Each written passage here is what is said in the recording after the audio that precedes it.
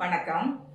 இன்னைக்கு நம்ம என்ன பார்க்க போறோம்னா, அதாவது கோயில்கள்ல சூலாயுதத்துல ஏன் எலுமிச்சம்பழத்தை குத்தி வச்சிருக்காங்க அப்படின்னு சொல்லி தெரிஞ்சுக்க போறோம்.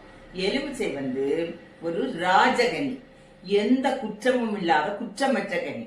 அப்போ மற்ற கனிகள்லாம் குற்றம் இல்லவே ஆமா. என்னன்னா மா, பலா, வாழை, இந்த 3 முக்கனிகளும் என்னன்னா இதுல எல்லாம் குற்றம் உண்டு. மாவுல வண்டு குற்றம் உண்டு, மாம்பழம்னா வண்டு குற்றம் உண்டு, இந்த வாழைப்பழத்துல புள்ளி குற்றம் உண்டு, இந்த பலாப்பழத்துல வியர்வை குற்றம் உண்டு.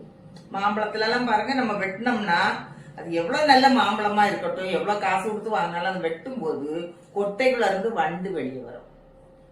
இது எப்படிடா அந்த கொட்டைக்குள்ள எப்படி வண்டு வந்துன்னு நம்மளே அதிசயப்படுவோம். பார்த்தா என்ன சொல்றாங்கன்னா, இந்த பூக்கும் போதே, மாமரம் பூக்கும் போதே இந்த வண்டுகள் போய் அதுல முட்டையிட்டுருது.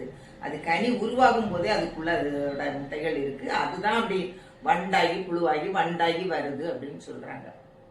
சோ இந்த மாங்கனி ஒரு குற்றம் உள்ள கனி தான், வண்டு இருப்பதால்.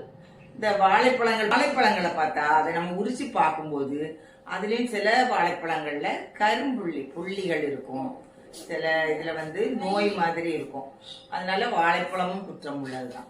அடுத்து பார்த்தா பலாப்பழத்திலையும் வியர்வை குற்றம் உண்டு அப்படின்னு சொல்றாங்க. அதாவது சில பலாப்பழங்கள் நம்ம வெட்டும் போது பார்த்தா தெரியும், அதுலயும் வியர்வை மாதிரி அந்த பாலும் அதுவும் சேர்ந்து கூட கொஞ்சம் இதா இருக்கும். அதனால அதையும் சாமிக்கு படைக்க கொஞ்சம் யோசிப்பாங்க. ஆனா அந்த எலுமிச்சை பாருங்க, இந்த குற்றமற்ற கனி, இந்த ராஜகனி, இதுக்கு வேற என்ன சக்தி இல்ல இருக்குன்னா ஈர்ப்பு சக்தி இருக்குது.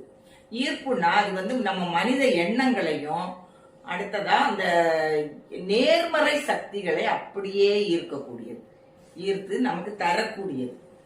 நம் கோயில் போய் வணங்கினால் கூட நேர்மறை சக்திகளை தான் நமக்கு தரும்.